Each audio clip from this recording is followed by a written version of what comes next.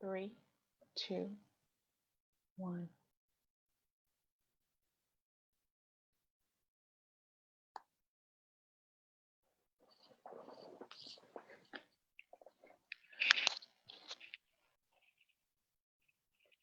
Welcome everyone today to Voices of a Black Man. My name is CK James, and I'm the moderator and founder of The Voices of a Black Man. This platform was created to dispel stereotypes about a Black man.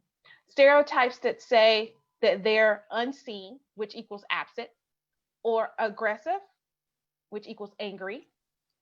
Stereotypes that lump all Black men into one box when really Black men are just as diverse as any other man.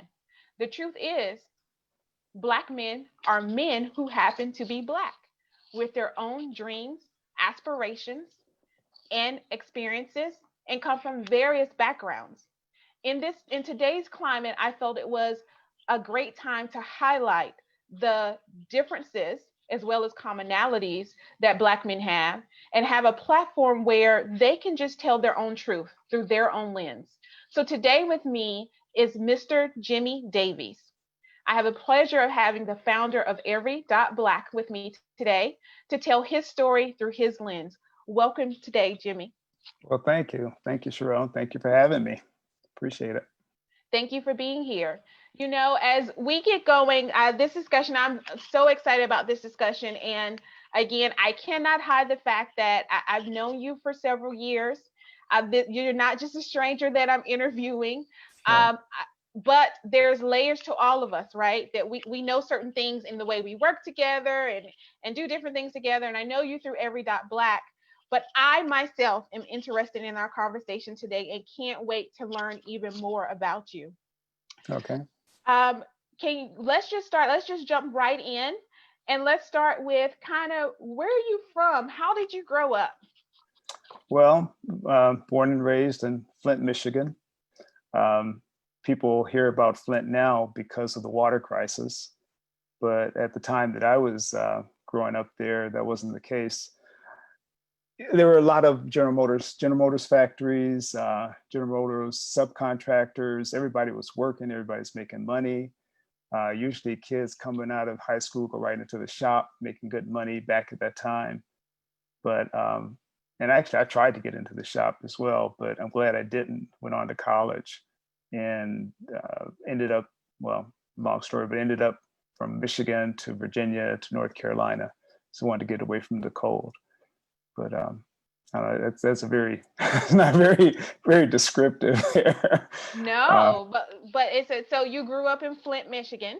Right, right. What age were you when did you go to college in Michigan or very close Yeah, to home? yeah. I went to college in Michigan. Actually, with my first year of school, I was at the University of Michigan. There's a branch in Flint, so I went there. But actually, at the age of 19, I got married. We were Oh expecting our wow. child, and we got married. We moved to Big Rapids, Michigan, where Ferris State University is. It was actually where I got my degree, and we kind of put each other through school. Hmm. So I would come out of school, work for a while. She would work for a while and then come out, and we kept doing that. So she's now a clinical psychologist in Fort Lauderdale, Florida. And my daughter, believe it or not, is now 46 years old. And I have a granddaughter as well, granddaughter and son-in-law. But did that for, it took me about 8 years actually before I got my degree, because I was in and out of school Hmm. constantly. Hmm. And just feel free to interrupt me at any time. I'm just kind of having to think back. At the time, I didn't know what I wanted to do in college. I really didn't Yeah. know. I had no idea. And I was in the land surveying program to become a surveyor, land surveyor in civil engineering. Oh. And in my third year, I decided I don't like this. And I flunked a class that's required. And it's like, I'm not into this. So I went to my counselor and I just said, look, I just got to graduate. What's the fastest way to graduate? And he says, well, you've taken a lot of math. So actually my degree is in applied mathematics. Had nothing to do with the desire. I just trying to get out of school. And that was the Right. fastest way to graduate. And like I said, I had a young family and needed to to get a job and make some money. But ironically, I took one computer class in school. At that time, it was like programming. I think it was Fortran or something, with the punch cards and all of that.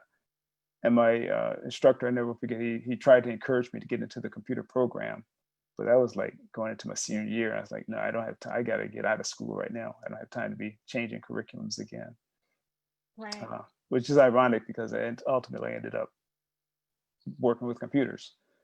Right. So let's talk about that a little bit, because I know the tip of the iceberg on that story of working with computers. You didn't just work with computers. I mean, that's a humble way to kind of describe all that you've been involved in and all that you've done. And can you just delve into that a little bit more? And it's amazing that It's funny to me to hear that that wasn't my passion. I didn't want to hear it. I didn't want to do it. But I'm assuming that your professor saw something in you that was like, hey, this is maybe something you want to look into a little bit more. Yeah.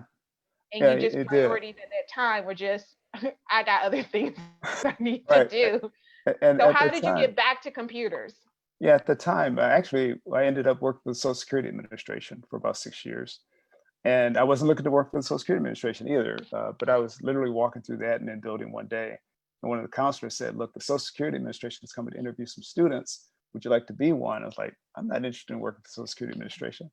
But they interviewed me, liked what they heard, and called me back for a second interview. Ended up being there for 6 years after graduating. Actually, the last year they paid my tuition. They had a program called the Access Program. So I was an SSI claims representative. Hated it. I tried to, at that time, I started thinking more about computers. I tried to get transferred to the computer department at the Social Security Administration. Didn't get anywhere at all with that. At the same time, I was always trying small businesses on the side. I had a janitorial service, and I sold hot dogs and Polish sausages at the county fairs. I was just trying different business ventures along the way. Ultimately, I ended up leaving the Social Security Administration to become self-employed. I got a real estate license. Again, I'm just trying to search what is it I want to do. Yeah. And ultimately, I ended up with moving to Virginia, Newport News, Virginia. Started janitorial services. Actually, was making money going into the third year. We were getting some contracts, getting bids, and had to hire some people.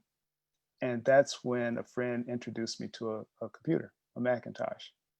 And that time they hadn't been out that long. And I knew right then that I got to get into this. So that's kind of how it happened. Didn't know how to use a computer, didn't have one, but I started telling people I can provide computer training services. So wait a minute. Before you even go there, because you said you got introduced and then you knew right then. What was it right then that made you say, this is it? Well, then the computers that were out were DOS. I don't know if you remember that. But everything was, it wasn't graphical. So the Macintosh was the first computer I saw with the mouse, point, click, and icons. And I knew right away, I mean, literally knew, like, man, this is going to be the future. And that was like in the fall of '87, right? Wow. So in January of 1988, I'm literally telling people I can provide computer training services for you.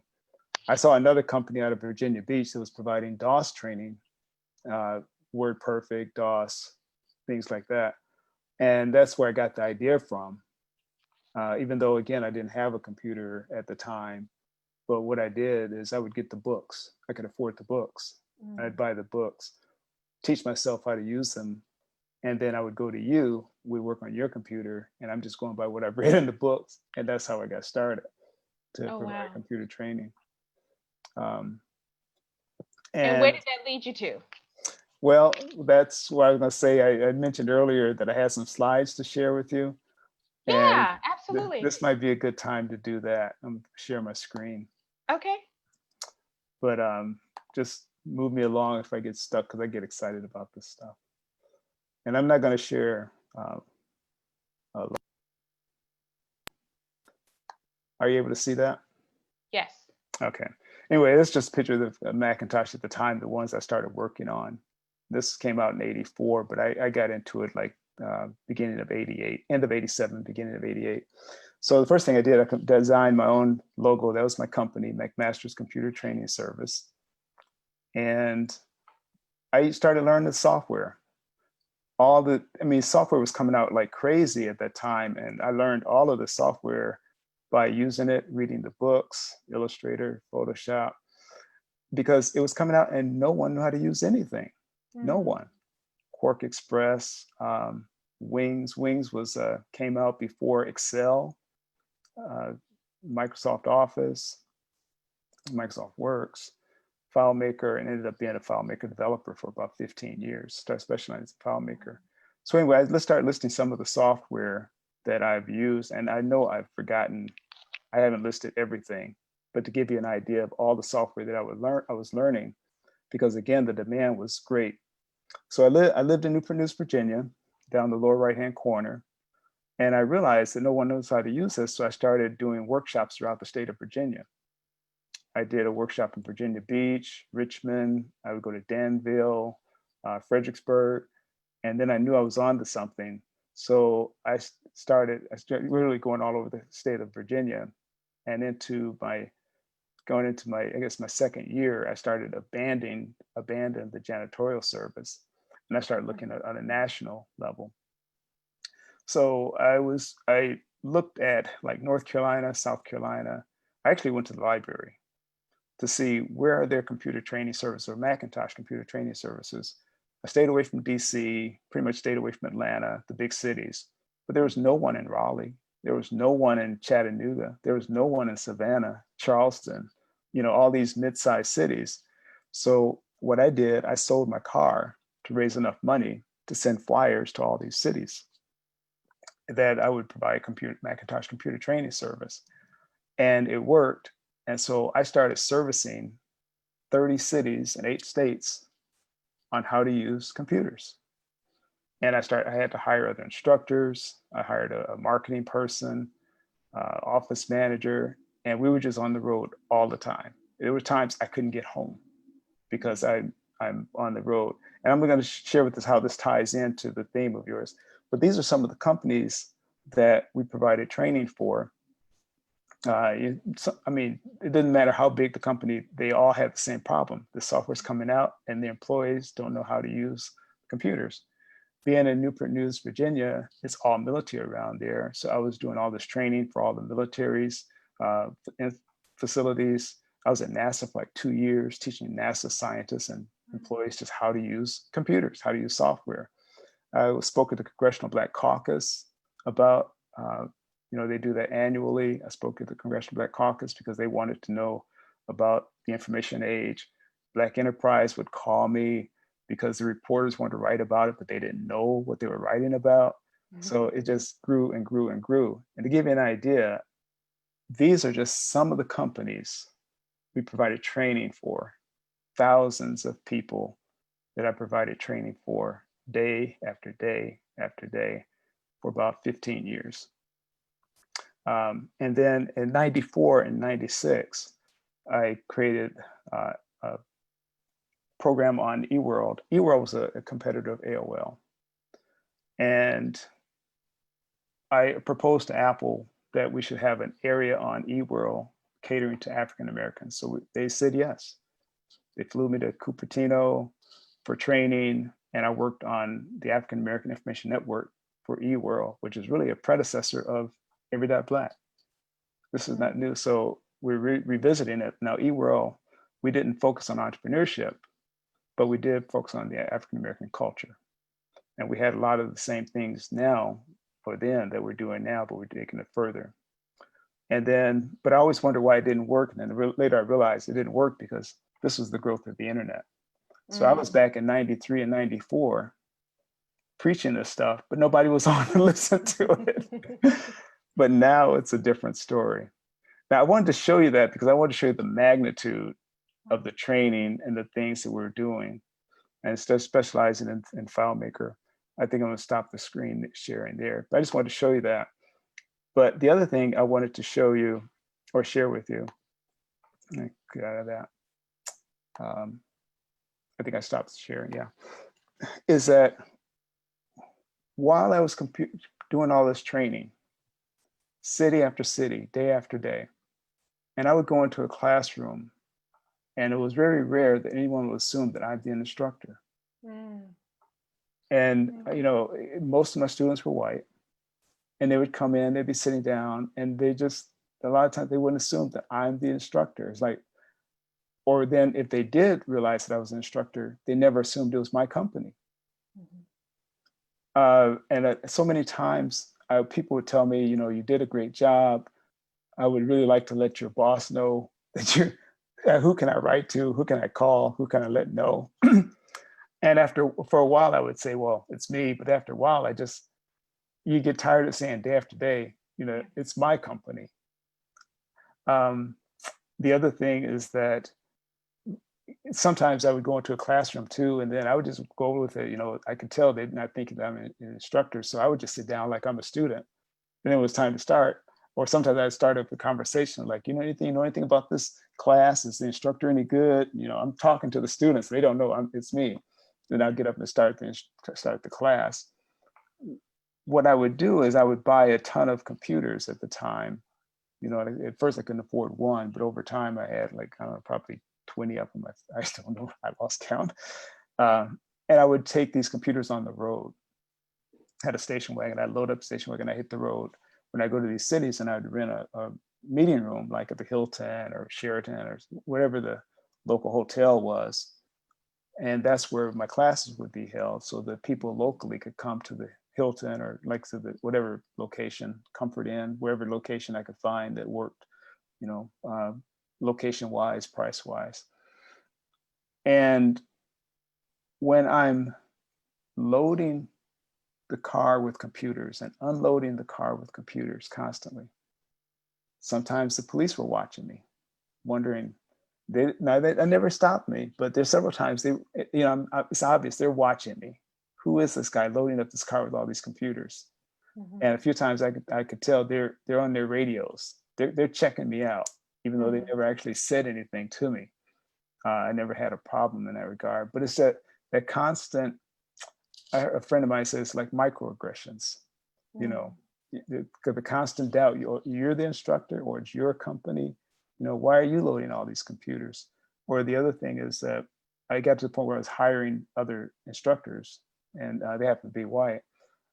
But at the end of our day, the hotel management would always go to my employees to settle the bill. And they would have to tell them, no, Jimmy is the one that you need to see to handle the bill. So, when I look back on it, you can't let those things stop you. But even as a computer instructor, learning the technology, teaching people, you're still faced with like I said, these microaggressions, and I think we're going to call it microaggressions because there's nothing major, nothing big, no Sure. single incident, but they wear on your psyche Mhm. day after day after day. I think they do anyone, and you have to I don't know, it just wears on you after a while. Can we talk about that a little bit? Do you mind delving just a little bit into that when you talk about it's almost like a chipping away, Yeah, is what I hear you saying, yeah, kind of a chipping away day after day. And it doesn't matter what you have, whether it's a person or an item, if you continue to chip, chip, chip, chip, there's only so much can be taken, away. yeah. Um, and that may be years, depending on experiences, right? Or strength, or that may be in the matter of days, depending on Right, depending on how severe things are. right. Just being realistic in the world, there's some severe things, and then there's those small chippings or microaggressions that you call them that just kind of take. Talk to me a little bit about how did you deal with those for yourself, and if you are still dealing still dealing with those now, how is that? Just tell us a little bit, kind of give us the insight of Jimmy on the inside of how do you kind of combat those microaggressions in your way. Um, Subconsciously, they may affect me in ways that I don't realize. Hmm. Consciously, I try not. I'm going forward with whatever my goal or my plan is.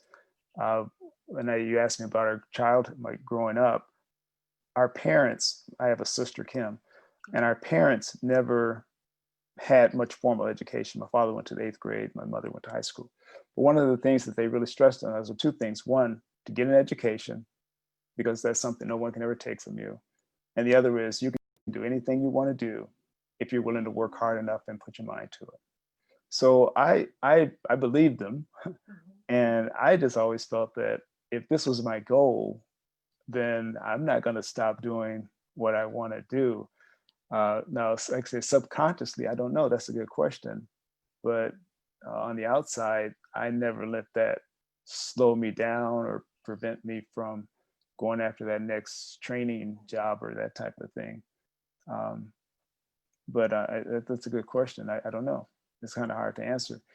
Um, but I don't think, at least I try. I don't give it the energy to worry about. I'm just thinking about where am I going next. Mhm. Um, Now, yeah. have you found people who, like you know, other African American or other ethnicities that have helped you along the way, Oh, or has it been a lonely journey? no, definitely. I've definitely had some really good role models. For starting with, of course, my parents, but I have cousins, some older cousins as well. And just they're older. My mom had 4 sisters. Her sisters had children in their 20s, whatever, but my mother didn't have us until much later. Like Mm, she was like 39, I believe, when I was born. So all of my first cousins were 10 to 20 years older than me, but they were great role models. A couple of them went into business as barbers. One became a professor at the University of Michigan. So there was just good role models. Another person, actually a white guy, who was actually a neighbor of ours, lived directly across the street from us. He was a school teacher, and he actually would take single guy. He would take interest in some of the local neighborhood boys who would take us swimming, camping, just things like that. Some of the guys kind of came from a broken family home, not the best home situation. Now, even though I had 2 parents always until I was an adult. We didn't have a lot of money, but still we had a structured home life. And but he took a lot of interest in us. He had the opportunity to go to Kenya, East Africa, to teach. And his second year there, he asked me if I'd like to come stay with him for a year. I don't know if I ever shared that with you, but I lived in Kenya for a year. I was like 16, 17 years old at the time. But we traveled all throughout East Africa, like Kenya, Tanzania, Uganda, went to Somalia, Ethiopia. We went to the Indian Ocean. We hit the whole area, Serengeti Plains. We climbed Mount Kenya. And I learned a lot during that year because there's no TV where we were. We were about 200 miles north of Nairobi on the side of Mount Kenya at a teacher's training college. That was his job. He was teaching Africans to become teachers. He said he was a white guy, but I lived with him for a year. And with no TV, we get radio sometimes. We get Voice of America sometimes. We had electricity 4 hours a day. So I read a lot. It was when I really started to read a lot. And I think the other thing that helped when I got back, I took a lot of photos, a lot of pictures. When I got back, my parents, my mother especially, she had me um, signed up to talk to the church, tell them about my travels, and at her workplace. And so it really started to bring out started to develop my public speaking abilities, skills. And also I need to mention that my mother and my aunt and my sister, they were able to come over and visit. They came to visit when I was there for about a month. They stayed, but I was there for the whole year. wow. So anyways, his name was Norman Wiley. He's deceased now, but he was a great role model. One other guy I have to mention, his name was Nolan Burke, another white guy, retired naval officer. And that's when I had a janitorial service, and I just approached him. He had an office building, and I said, you need any office cleaning services? And I don't know, he for some reason he took to me right away, and he says, well, how much would it be for taking care of the office and the yard. And I forget, I gave him a price. And he goes, well, do you have an office? And I said, no. He goes, well, why don't you move in down at the end of the hall? He said, I got an empty office down there. I said, sure. And he wrote me a check first day for the first month. I hadn't done a thing except walk through the door. I had an office and a check in hand. So I guess it was something he saw that we were just getting started. He wanted to help out, and got to know him really well over a few years that I was there. He was, like I said, a retired naval officer, and all week long he wouldn't say anything. And what it was really kind of incubator, because each room was a different business, small business. And all week long, you passed him in the hall, he wouldn't say a word, he wouldn't talk to you hardly. He was kind of grumpy. But then every Friday afternoon, about 2:00, he starts drinking, 3:00. And by 5:00, he's ready to talk.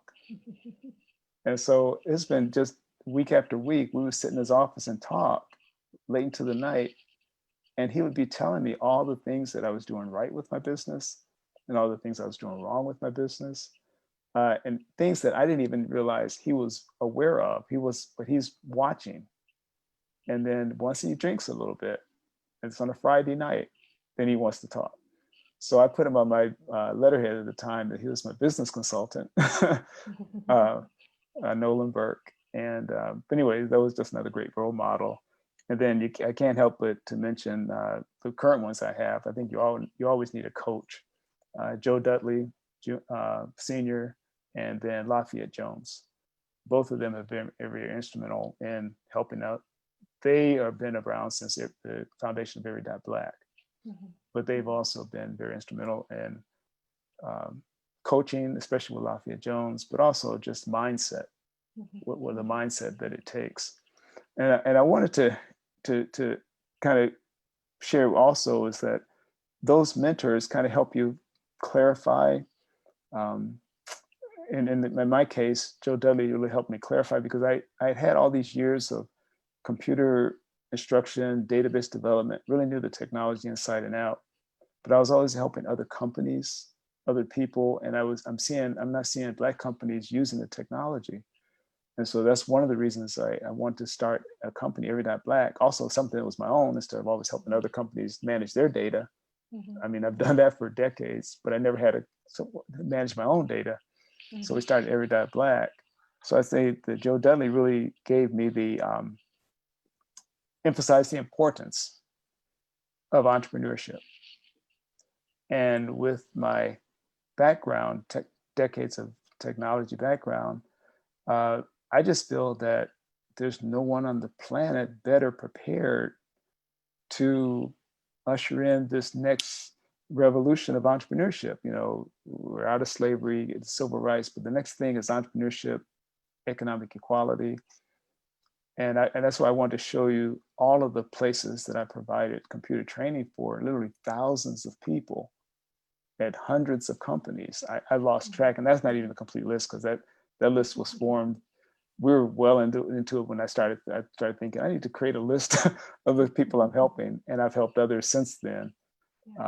But it was literally, and every major corporation, every government facility you can probably think of, we've trained somebody there, whether I was there or they came to me at some point. Literally thousands of people. And I estimate about 5,000, but that's an estimate. Oh, wow. Oh, wow. That's a good estimate, though. Yeah. If that's like an estimate, and we usually shortchange ourselves Yeah, I know a lot when we estimate. Oh, my goodness. So let me go back to a few things that you said. Okay. So Yeah, I number kind of jumped one, around. no, I think it was great. It was great. I just want to highlight a couple of things that you said. Number one, you talked about mentors that you've had along the way. And I'm noticing that those mentors were not where you were, but where you were trying to go in a lot of ways. And some of them by happenstance, and some of them probably a little bit more, direct. I think that, how can I say this? None of the mentors that I had were in the computer field or tech field at all. So a lot of them, help to educate you on just general business. But at some point in each case, I would realize that how does that apply to the to the arena that I'm in. Mm-hmm. And sometimes it does, and sometimes it didn't, because sometimes maybe that's just not their field of expertise. But there's still things that you can learn. The general principles are still valuable to learn and to adopt. One other person that I should mention, his name was Henry Malcolm. And now that I'm thinking about it, all these people, like, man, all of the first ones are all gone. I've been around a little while. But Henry Malcolm and I became very close friends. And he also was a retired naval. He wasn't an officer in the Navy, he was retired. He was a Black guy, retired Navy. And he was older. And he was someone that I could just always go to for personal advice. Because when you're being in business, it can take a real strain on your personal life if your partner's not on the same page, and or if you're not on, the two of you not on an agreement, going out and trying this new venture. The money's not coming in, that type of thing. Why don't you get a job?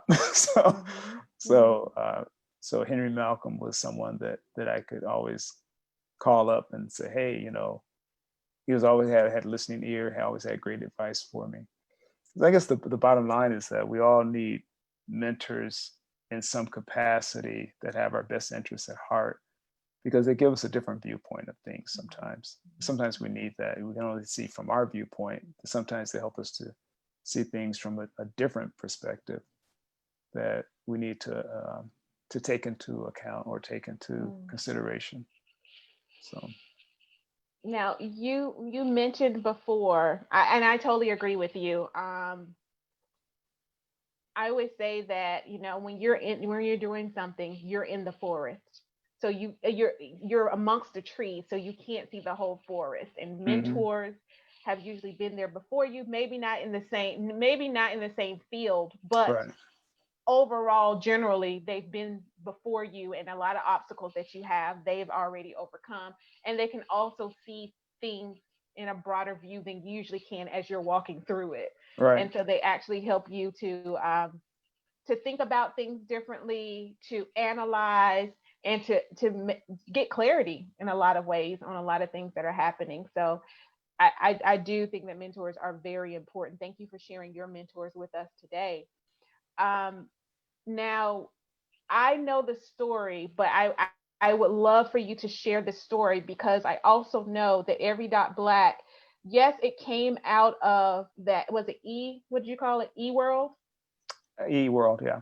eWorld from Apple. Was that an Apple product, eWorld? It was an Apple. It was a competitor of AOL at the time. Back then it was. Go ahead. Go ahead. No. I was going to say, back then it was AOL. There's Prodigy, CompuServe. All of these chat services were springing up. Gotcha. It was before the World Wide Web really took hold. That's when we got all of those CD discs in our mailbox all the time. That's right.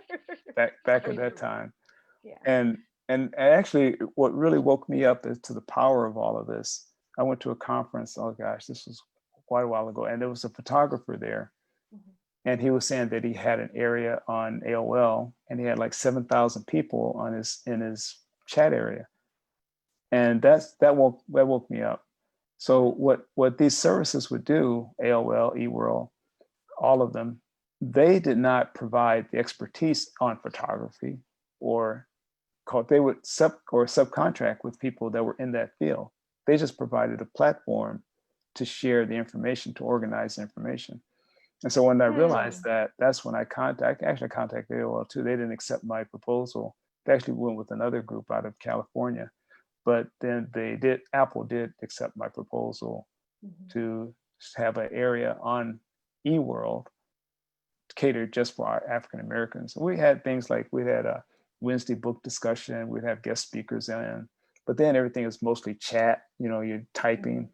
I don't think we even had voice or video. I know we didn't have video or anything back then, but some of the same things. We had a lot of resource information, like on HBCUs and anything that was going on in the news right now. So what's an HBCU? I know you're looking at me crazy, but for the broader audience, when you say HBCU, what is an HBCU? Historically Black college and university, I believe is what it stands for. Yeah. And actually, I've grown up in Michigan. I kind of envied people that were going to HBCUs, to the Black schools. I was in the marching band, and I said, we want to do what they're doing. And we were playing John Philip Sousa and stuff like that, traditional marching songs. And what were they playing? Whatever was out for the hit of the day. And they're out dancing, and we wanted to do what they did. But of course, we never got to do that. We were the formal marching band. Wow. So let me ask you this. You started this network through Apple, but I know, and you said it's a precursor to Every.Black, and I want to get to what Every.Black is in a minute. But before we get there, I want to go backwards, because I know that technology did play a big part in that piece. But actually thinking about the network and thinking about having a place for Black people to go and be able to find out information goes deeper than just there at Apple.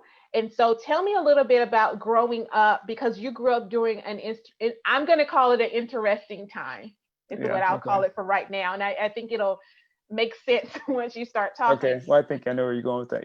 Yeah. And what that did for you to because I think that helped form some of that stuff then and this stuff now, just from conversations that we had. And I'm going off of conversations that we've had in the past, but trying to bring the audience kind of along with us as well. Okay, right. Yeah, I was share some of that. Sure. Yeah, I was like say, I don't know, 8, 9, 10 years old during the 60s. I was born in 54. So but by the time I was, becoming a teenager, it was in full bloom, the civil rights movement. And like I said, some of my cousins were older.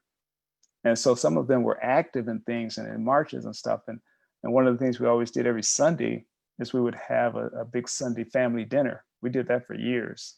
And I really didn't appreciate the value of that, at the time. But years later, looking back on it, that was really some good times we had, because, the family would be around talking. And I was quiet. I would just be in the corner, eat my whatever, watching TV. But a lot of it was sinking in. What the adults in the room were talking about and the events of the day.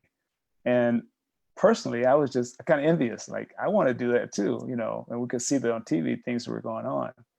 But I was just a bit young. So I said, by the time I became older, then in the early 70s, there was no one was marching. The civil rights movement was ended. And so it was a feeling that I kind of got left out. At that time, I felt that way. But I don't feel that way now. I feel like it was just preparing me for now, which I think that because I'm old enough to remember that, but young enough to be so involved in the computer industry, it puts me in a very unique position that I don't know of anyone else in that spot that grew up with the technology, but still old enough to remember the injustices. And so the other thing that hit me immediately when I saw the computer, the chat area, which is why I approached Apple, is that I realized immediately communication has changed forever. I even looked it up, and there's different steps that happen along the way in order for communication to take place. Like, you have to have, a source of the communication. You have to have a way to create, like I'm talking, you have to have a channel for it to get from me to you. Then you have to be able to receive it in your ears and then process it. And if you think about it, at that time, TV was basically one source. We all watched TV, but we couldn't produce what was being produced on TV.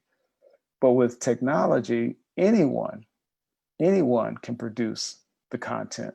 It doesn't matter where you are. The other thing is that anyone can share the information immediately.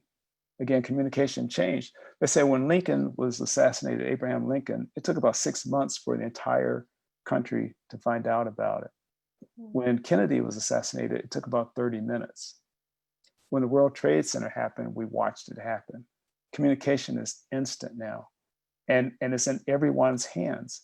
And so I realized literally decades ago that this is changing stuff. This is life-changing stuff, that we have the control of the technology to produce whatever content we want. It can't be filtered, And not only that, the receiver receives exactly what I sent. Like if I'm talking to you, actually there's what's called noise. And you don't hear exactly what I'm saying, because if I'm a block away, you won't hear me at all. But if I'm 6 feet away, you'll hear me. But noise happens between, forget the message from me to you. Well, in the digital world, what you receive is exactly what I sent. It's exactly, the digits are formulated exactly the same way as I composed them. So the quality of the content is the same. The speed, it actually travels at the speed of electricity, which means it can travel literally around the world in a matter of seconds. And then the receiver, and the other thing too is, now not only can I send a voice, I can send photos, I can send images, I can send video. I can send audio. I can send any kind of content to anyone instantly. And so I knew, it's like, who figures out how to harness this? Mm-hmm. They're gonna make a difference. And I could see it in Barack Obama. Would he have been president if there had been no internet? Could he have raised hundreds of millions of dollars from people all over the world if there had been no internet? And you see it I'm sorry to say, our current president has harnessed it too, but but I think that more and more, you'll see more and more of that. The other thing I think you'll see more and more of is that people that you don't hear from now, you're going to hear more from them, like people in Africa. The percentage of people in Africa that are on the internet is not as high as the percentage of people in the United States. What happens when that 1.5 billion people have internet access that we have today? Mm-hmm. What happens when, I don't know how many billions of people are in China, 3 billion or something like that in China? What happens when they have internet access the way we have today, the percentage of people? So you're going to see more and more and more people. In fact, there's estimated about 4.6 billion people on the internet right now. To give you perspective, people don't realize how large the internet is. I think it's like 250,000 websites go up a day, every day.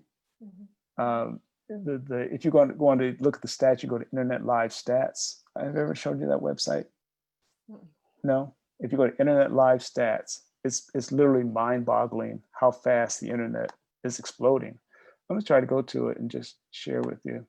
But anyways, but the bottom line is, I just realized that this is powerful stuff that people don't, in general, don't get it. And so I think that my personal, part of your question on your sheet says, what's my legacy? I think my personal thing is harnessing the technology to share the message of entrepreneurship, to help those that in the past have been, and actually, I think people of African descent worldwide. It's not a US thing. It's literally people worldwide that once they, use that technology, use that forum to change minds, to educate, there's no reason why this thing can't catch fire. And I get excited about just talking about it. I'm going to try to go to this site and share it with you. Okay. While you're going to the site, let me ask you this question. Mm-hmm. Because you've lived outside of the US, and I personally feel everyone should at least live a year outside of the US. And I grew up military family. I am an American. I love the United States. That was bred in me growing up, Okay. And because we're a military family, and that's what we fought for. We fought for the United States. But living outside the United States put a lot of things in perspective. Yeah. For me, and I believe it helped to make me well-rounded. Yeah. As a man who's lived outside in another country, what perspective have you gained that you would say, had I stayed in the United States only, I may not see things this way? I think a couple of things. One, when I did get back to the States, I appreciate the States. Despite all our problems, sure, you still appreciate this country. Mm-hmm. The other thing is that I realized is no matter where I traveled, and coming back, I lived in Kenya, but coming back, I went through Asia, India, Hong Kong, Thailand, Taiwan, Japan. I took about 6 weeks going back through that area. And every place I went, the languages maybe were different. The clothing was, the dress was different.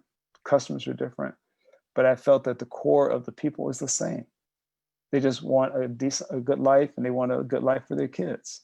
It's like it doesn't matter. I really got that perspective I carried from it. It's like, it doesn't matter where you come from. Basically, generally people are good. Generally people want to do good, and generally people want something good for their family and their loved ones. And I found that no matter where I went. The other thing I think I discovered too is that we in this country take so much for granted. Sometimes I lived where I lived in Kenya, where people had little or nothing in some cases, but they were always willing to share whatever they had. It didn't matter if they had 2 eggs, you got one. Like literally, like they didn't.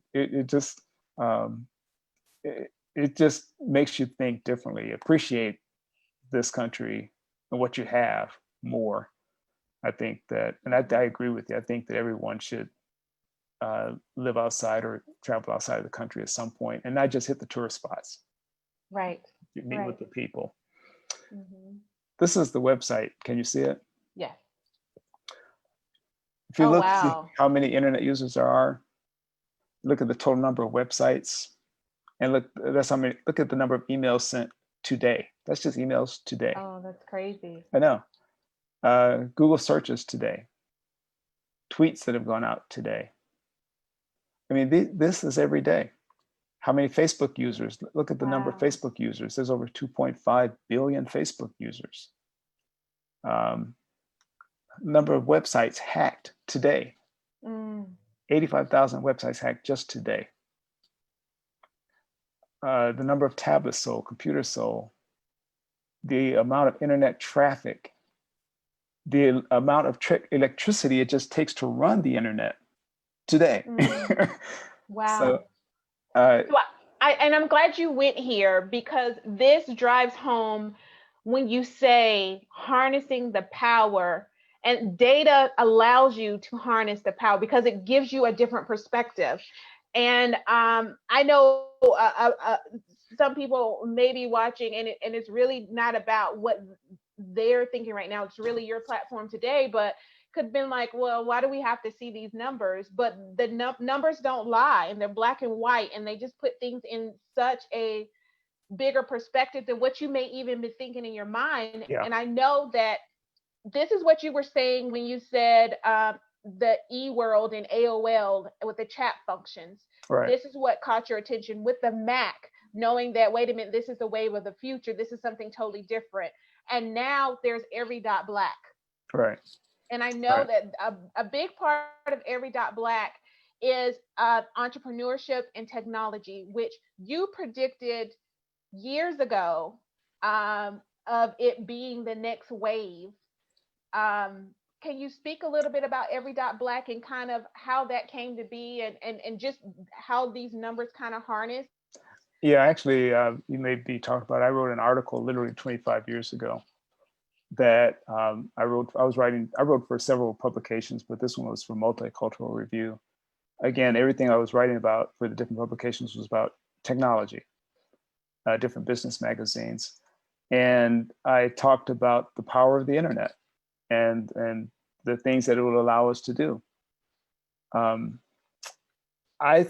believe that's still the case. And I don't know how else you can reach 4.6 billion people at a moment's notice if you've got a message worth listening to. And even if you get a fraction of a fraction of a fraction of those people that are on board with a particular campaign or a particular message, then you can literally change the world from your living room, literally. I think that, and maybe people are, I shouldn't say everyone doesn't realize, a lot of people do realize, but a lot of people still don't realize how massive it is. They don't realize the power of it. With Every.Black, I realized early on too, one of the first websites I set up, this was years ago. And the first response, because I did in the middle of the night, my first response was from someone in South Africa. My very first response from the very first website I ever created was somewhere in South Africa. It was like 2 or 3 in the morning. So I know a different time there. And that's when it hit me like, this is global. There are no zip codes. There are no time zones. It doesn't matter. You can reach anyone instantly, and so I just think that if you got a message that's worth sharing, and I do believe that the message of economic equality, the message of entrepreneurship. Personally, I believe that entrepreneurship is the way to achieve economic equality, because no one's going to ever pay you what you're worth. They're going to pay you what you're worth to them. Mm-hmm. And if you're worth, I don't know, 100 grand to them, to pay you, how much are they making from your paying you 100 grand? Whatever that might be. So if you really want to, that's just my personal opinion. I know entrepreneurship is not for everybody, so I'm not trying to say everyone has to become an entrepreneur, but it's my personal belief that if you really want to control your own destiny, if you really want, and you want to live to your full potential, then you have to take control of your life. One of the things that I didn't figure all this out right away, but I knew that early on, I hated the idea of, like, you mean if I go on a vacation, I got to get the okay? I gotta be here a certain day of the week, certain time of the week. If I have this idea, and I would get ideas, we can't try the idea because the boss says no. Mm-hmm. And I'm sitting on these. I think it's a great idea. I think this will work, but somebody who was signing my paycheck said no, and so those things would drive me crazy, which is why ultimately I had to leave the Social Security Administration. I said I just got to. I totally understand. Yeah, I totally understand and agree with you. I know exactly what you're talking about. And I think that the first time that I had a job, and it's boggling my mind, Jimmy, watching these numbers just continue to just roll on, day and night. Just with what you're saying. But I remembered telling my supervisor at a state job, well, I'm not going to have a problem with the job. The problem I'm going to have is having to ask you to go to the bathroom and to come back, or to have a day off on my first day. But that was my first day on the job. And I was like, maybe I shouldn't be saying this, but I'm just going to let you know, how can we fix this now? Like, let's come to some understanding today. Right. And clearly, I am not in a job right. I'm in my own job, because some people are just cut out and made. But I do believe that everybody should at least have a side hustle, because every woman and every man should be able to make money when they need it, and not just be dependent on when someone wants to give it. So whether it's your full time or a side thing, and I don't mean side hustle in a bad way. I'm just saying, just something on the side. If it's not your main job or gig, then you need to have something to be able to kind of write your own ticket where you need to write it, because life happens. And so I totally get it. Now we're looking at these numbers, and okay, I was going to stop it, but if you want to, please go ahead and stop it. Because I am baffled. I am like blown away. You've talked a lot, and I've heard you talk a lot about the opportunities and the amount of stuff that's there, and harnessing the power, but seeing it visually. And I while you talked, those numbers just continue to roll as you talked about its power. And Every.Black has been in existence for how long, and what's going on with Every.Black now? Yeah, actually, officially since January of 2018 is when I had a launch party. I think before then it was just trying to figure out what in the world am I doing. I actually had other websites, Every.Black.entrepreneur.com and Every.Black.speaker.com, but it became clear partly from mentors and also from the response that I was getting that I needed to focus on entrepreneurship. The more I learned, the more I realized that was the way to go. So really since January 2018. And then actually last year, one of the things we realized, we have mastermind meetings every week, every Monday night. And you can visit our website, Every.Black, for information about all the things we do. But one of the things we wanted to do last year, I realized we've been doing these meetings now for a couple of years. Great speakers, great content, networking. I realized we need to take this on a national level. So that was my goal for 2020. Mm-hmm. We need to go national and ultimately international. Mm-hmm. Never dreamed we'd be hit with the virus, COVID-19. So we had actually before the end of last year, we had already started looking at ways of streaming. We were using freeconferencecall.com. We were holding some meetings on Thursday nights. But once the COVID hit, and then we really geared up. And so now we're meeting every Monday night using Zoom, using the same platform. But And now you're talking about these meetings, but you guys are doing more than just meeting. yeah, we are. One of the things that we try to emphasize is the technology piece, because I think that's one of the things that makes Every.Black unique. Our focus on technology. So during every meeting, I give what's called technology tips. I share just little tidbits of information about technology. Last night we were talking about different ways to select text. And it was funny because after I asked any questions, everybody was silent. But I heard from one of the people that were on the meeting last night, and they said, well, I had questions that I didn't want to be the one that seemed like I didn't know anything. She said, but I never knew you could do all of that stuff. And so I'm like, yeah, it's built into the software. People don't realize how much power is in the software. So we do that every Monday. We also, every Friday now, we're holding a technology training session for any Every.Black member. And we just, each week we look at another piece of technology. We're trying to prepare our membership for living in this virtual world, you know, and to survive and flourish in a virtual world. So we do that every Friday. Again, drawing on my background, technology, to do that. And the other thing is networking. The nice thing too is that surprisingly, you know, we started in North Carolina, but within literally weeks, most of the people now attending our mastermind meetings are not from North Carolina. We're reaching out to people all over the country, and literally actually in other countries. Well, we know we have some Canadian visitors and I think from England or Germany. So we're getting people from around the world now being a part of our Monday night meetings. And the idea, again, at Every.Black is we want to use technology to help people become successful entrepreneurs, basically, using technology, using a global strategy of global networking. So the mastermind meetings are a big part of that, to bring them into the fold so they can find out what it's about. It doesn't cost anything to do that. Then once they become members, then they can actually join us every Friday for actual technology training.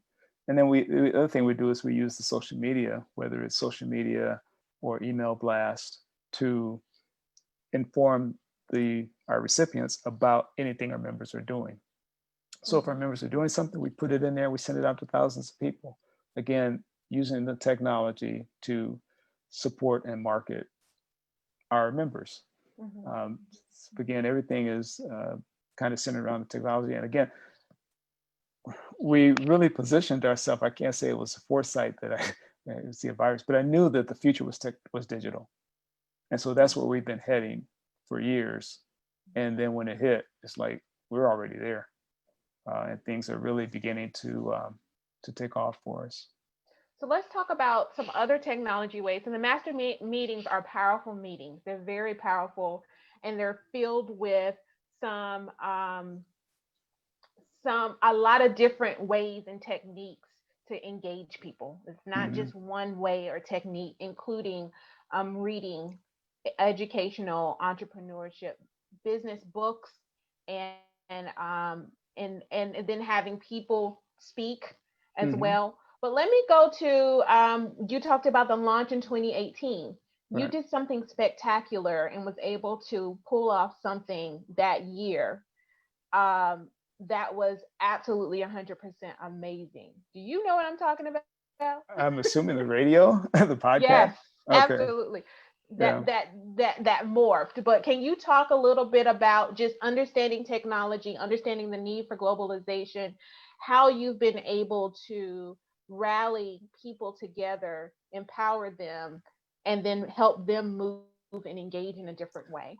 Well, after attending these meetings, the mastermind meetings at Joe Dudley's, I made a video called The Anatomy of a Black Economic Movement. I don't know if you've seen it or not, but okay, it's a video. I put it on YouTube, and it was well received. A lot of people really liked it. And actually, I wasn't even really considering making a video, except that I had a presentation at Dudley's.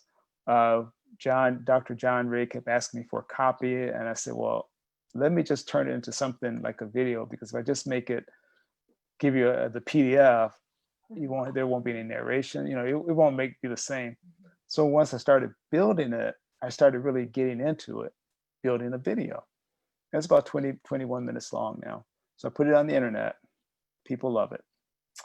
Got a call from Bishop Michael Bates out of St. Louis, Missouri, who saw it on the internet. He loved the video about the importance of African Americans being entrepreneurs. And he asked me if I could do an interview. I said, sure. So I did one interview. One interview led to a second interview.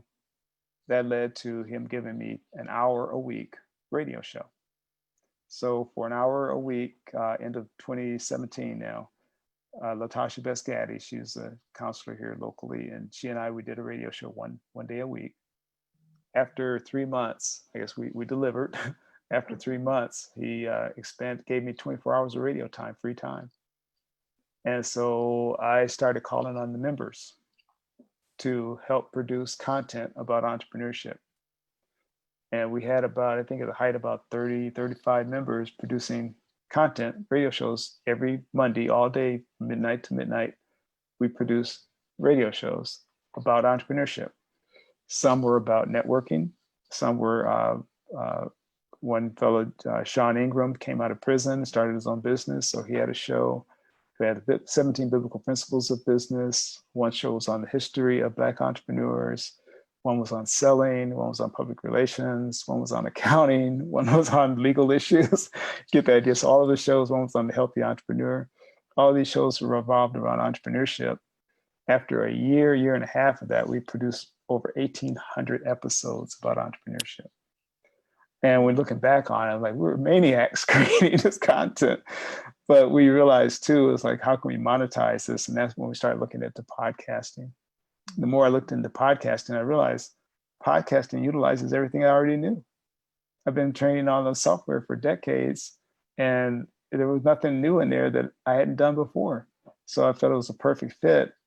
We settled in on one platform called Patreon, because Patreon, a lot of people think of podcasting as just audio, but Patreon allows you to upload or to share any type of digital content, audio, video, links, images. If it's digital, we can get it on Patreon. Live streaming, surveys and polls, text, all of that you can put on a podcast. So we just felt it was a perfect fit. So we started moving all of our content over to our podcast. And the more we do it, I really like it. I think we're looking at ways to even ramp that up. We're having more live shows, starting with you and Derek. And we've got another one that's going to be coming on with Fred Foreman. So we're going to have some other live shows, basically creating our own network. Again, using the technology, working with the members to produce their own shows about the things that they care about. Yeah. So I'm excited about it.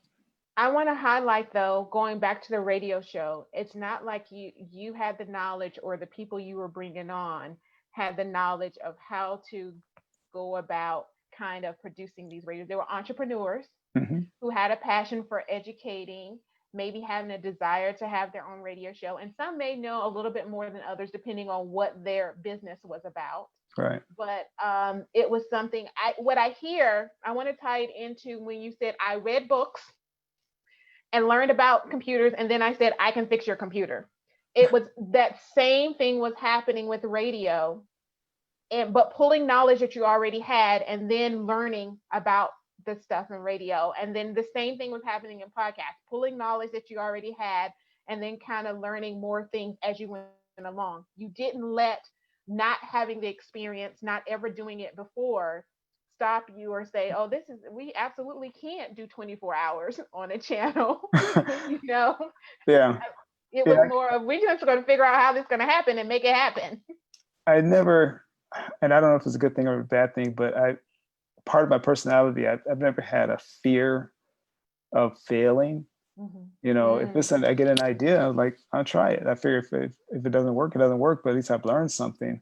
And I think partly I have to credit my parents, because they always tell us, well, we can do anything that we want.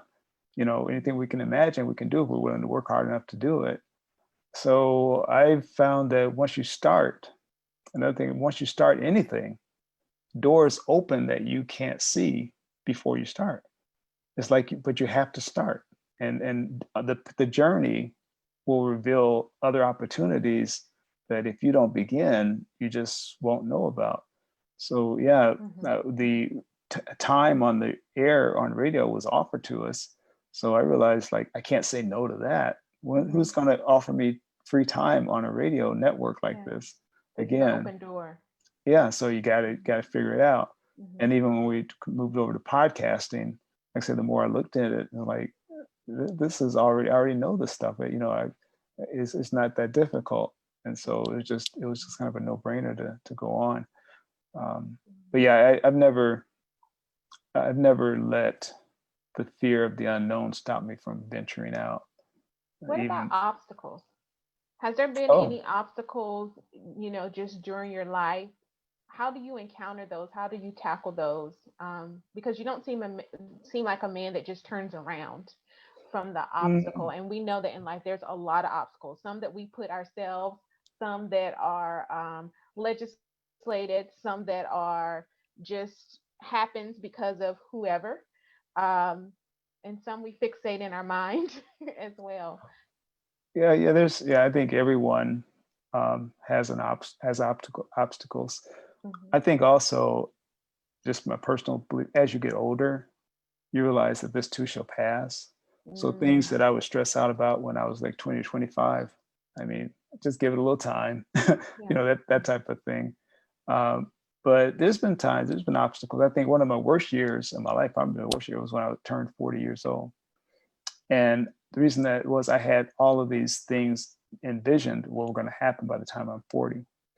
And I remember spending my 40th birthday. I was in Charleston, South Carolina, studied all night to teach a class on Aldous persuasion. I remember the program that I didn't know before I taught.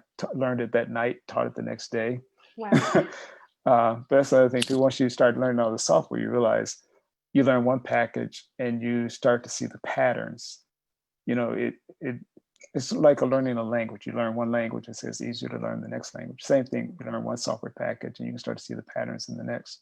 But anyway, I taught that software package all day, drove home from Charleston, South Carolina to Newport News, Virginia, and I got in at midnight. That was my 40th birthday. That's when I realized this was not the plan. You know, there was no personal life. It was like the shambles. Like, this is not the plan. And it took me a while. Well, I'll share this too. Growing up, we were always in church. You know, no choice. Sunday, you're in church. And I said, when I go enough, I'm done with this. And so for years, I didn't go, but it wasn't even like, I wouldn't even call myself a Christian at that time. But one of my cousins said, you know, life beats you up enough, you'll come around. And that happened to me. When, like I said, that year, 40th year, I started rethinking about me. Why are things not in place for me? I realized I need to work on me. And that's when I started like going back to church. I would say I need to learn more. I need to change. Not that I was this horrible person, but I wasn't happy with the person that I was. I felt that I was chasing the dollars and not chasing a purpose. You know, I wasn't happy with myself, and I started work on me.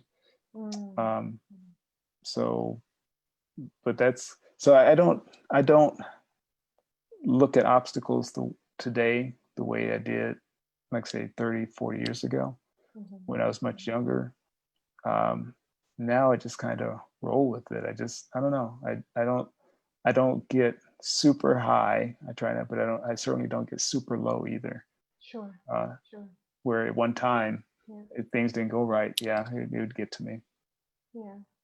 So I'm going to ask you some crazy questions now. Okay.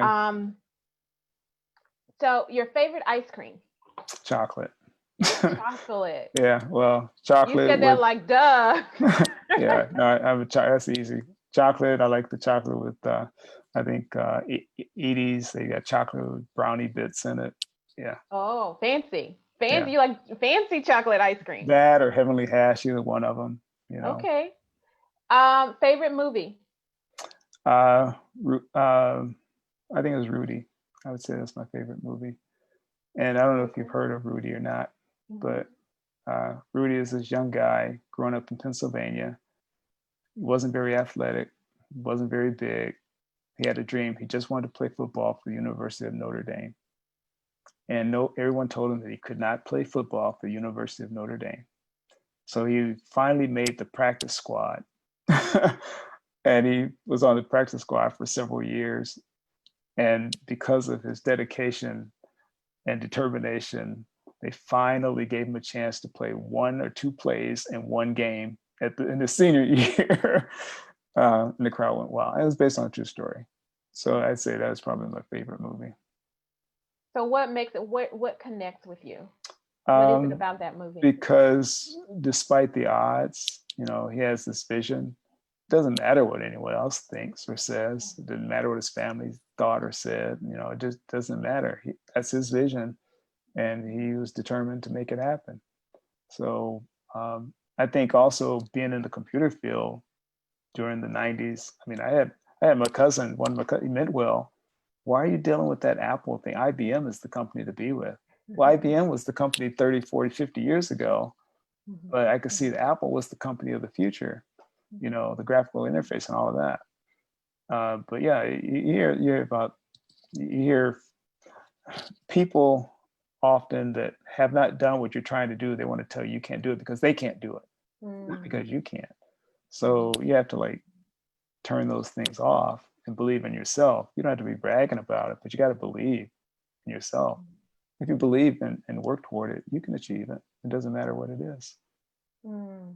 That's my belief. That's what I found to be true. That's, I guess, instilled from our parents. Yeah. Wow. That's deep rooted. Favorite food? Fish. I love fish. I do. I try not to eat so much fried fish anymore, but I like it. I eat a lot of tuna. And they tease me because I can eat tuna almost every day. But I love fish. I love whiting and trout and tuna. And I don't like cats. Well, it depends on how they fix cat. Sometimes cats taste a little oily, but if it's fixed right, I like catfish, flounder. Yeah, just fish. I can eat fish almost every day. That's something else. Once I like something, I like it. That's maybe the questions are easy because it's like I'm pretty consistent. Yeah. That way. Yeah. Favorite color? Blue. I got to go with blue. Well, you know why? That's my fraternity. You got to tell everybody else why. I know why, but well, I'm a member of Phi Beta Sigma fraternity, and you're my Zeta Phi Beta sorority sister. I am. And so royal blue and pure white are colors, but blue was my color before I became. So maybe that had something to do with me wanting to be a Sigma. I don't know, but definitely blue. Yeah. Wow. So this question came up for me as I've been talking about this project and series. This question was posed to me, and I'd like to pose it to you as we're kind of getting to our wrap up. What would you say? What are some things that as a Black man you do that people find shocking, that you feel like everybody else does this? It shouldn't be a shock that I do it too. I think when I go back to the technology piece, it was easy for me. Not just the analytical stuff, the math, the technology. I don't know why, the chess, music, those analytical skills were always my strong point. And so sometimes I didn't realize things that seem obvious on the computer tech world baffles people sometimes. And so I began to realize that over time, it's not that difficult. I think a big part of it is that people are intimidated by the technology. It's not a matter of intelligence. I've worked with some very smart people that had the trouble just doing some basic cut, copy, and paste on the computer because they can't conceive, have the concepts. So that definitely was an area that I learned early on that was a strength that I had. Again, I started a computer company without a computer, but it never slowed me down. I just didn't have one. Once I got one, it didn't take me any time at all to learn how to use it. And I literally would work day and night on it. I remember, I don't know if I still have them, but remember we used to have mouse pads with the mouse Mhm. and everything. Mhm. I literally wore the hole in several mouse pads. It's Really? like, and I saved one because I used it so much. The center of it, like it was a hole. There was a hole in there, like you run a hole, where a hole in the bottom of your shoe. I From the spent, friction yeah, from of a mouse just on the using mouse the pad. yeah. Yeah, Wow. and I literally was going through mouse pads. I had several of those that I just literally wore through the layer of the mouse pad. Wow. Just put in the time. I got it and I loved it, and it Mhm. became obvious how this stuff works to me. But then I realized that's not the case for everyone. So it sounds like to me that you found your gifting, your purpose, your passion at a very early age and was able to stay on that path. And I'm not saying that you didn't try other things to get there, but once it clicked for you, Yeah, you were fine with this is my lane, this is my path, and this is what where I'm going to develop my life. definitely I knew that, but I didn't fully understand what I would be doing with it to help other people. I Gotcha. just knew I loved the technology. So I was teaching people, but I still that wasn't um, where Every.Black is my passion to help other people use technology, use it to help better them. That wasn't the case. I was just, they paying me a lot of money. I just go from city to city to city. And sometimes I wonder what I do with all that money. But they were just, things were going well, but it wasn't my passion. The, the purpose wasn't to help others at that time, Mhm. not truly to help others. I mean, I always wanted someone to get it, but that wasn't the main focus of the business. It wasn't to help other people get it. The main focus of the business was train people and make some money. But now Got you. the focus of Every.Black is how can I create something that's going to really make a difference for other people? That's what drives me now. So what's next for Jimmy Davies? Every.Black's going to get huge. I really look at it, um, and I just go ahead and share it. When we look at a leader during the Civil War, we look at Frederick Douglass or civil rights, we look at Martin Luther King. And I think when it's all said and done, it's my goal when they look at the turning point to using technology to become entrepreneurs, they say, well, Jimmy Davies, I want my name to be synonymous with that.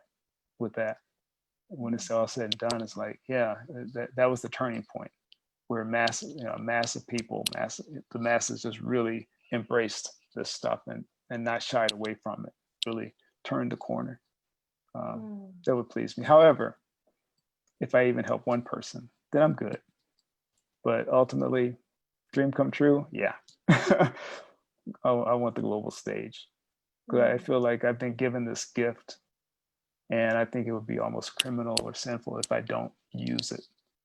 I don't know why. I don't know why, but I've been given it. I recognize it, and I got to use it. Otherwise, yeah. When I was younger, I loved sports, loved to play basketball and football, but I never even went out for the team. And I realized later on, like, I didn't even try. My Mm. buddies were playing, so I knew I was good enough to at least make the team. But then I said, I'm not doing that anymore. If there's something that I want to try, pursue, I don't want to have regrets. And Mhm. so I feel like if I not to use my talents for as long as I can to help others, that would be a regret if I just sat on Mm. it. Mm. Wow. So Wow. So we're coming to the end, and I want to give you a time to just share anything that's on your heart, on your mind, anything that you feel like you've not been able to say, you've not been heard on, or you want society to know, or just to a group directly. It's up to you. Whatever your message is, and to whoever you want it to go to. I want to give you this time now as we're closing. um, that's a good question. I think that I have a saying that when there's change, there's opportunity. And since change is constant, there's always opportunity. And I really believe that right now, during this COVID pandemic, the opportunities are endless. They really are. You just may have to adapt, refocus, but don't worry. Don't look back on what you're losing. Look forward, I should say, look forward on what you have to gain from this right now. Stay safe, and I don't wish ill on anyone. People are dying every day from this, Mhm. but at the same time, because there are changes, some people are doing very well because they're adapting, and some people are not. And I hope everybody can figure out a way to be one of the ones that's doing well, coming out on the better end of this, because it will end one day. This too shall pass. But right now, it's just it's turning everything upside down. I don't regret what's lost. I'm looking forward to what's to gain. I figure I just have this thing. When you start looking back, you start getting old. You start looking back on what you had or what you did. But as long as you keep your focus on the future, then you'll stay young at heart.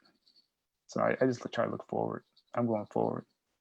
I figure history will take care of itself. When it's all said and done, I don't have to worry about writing history. I just want to make some. So going forward allows you to make the history rather than looking back and worrying about what's going to be written in history. Moving forward allows the history to be written. Yeah, let's make some history.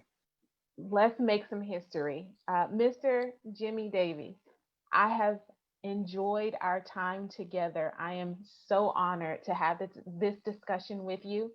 Thank you for being a part of the Voices of a Black Man. Well, thank you. Thank Appreciate you for it. telling your story through your lens. The truth is, to everyone that's out there that's watching, thank you for watching today's session in this series with Jimmy Davies. I'm reminded of a quote from James Baldwin. Simple. We can agree and still love each other. We can disagree and still love each other, unless your disagreement is rooted in my oppression and denial of my humanity and right to exist. I say that because if we meet each other at the human level first and get to learn those things about each other, such as favorite food, movies. I know a lot of people were wondering, why is she asking these outrageous questions and what do they have to do with anything? It's about finding commonality first, because we can always see differences first. But if we take the time to look for commonality first, you just might find a friend, an advisor, a mentor, just someone in your life that loves you for you. Thank you so much for tuning into the Voices of a Black Man. I am CK James, and until next time, we can share with you the information. What you do with it and the actions you take, that's up to you. Take care. Thank you.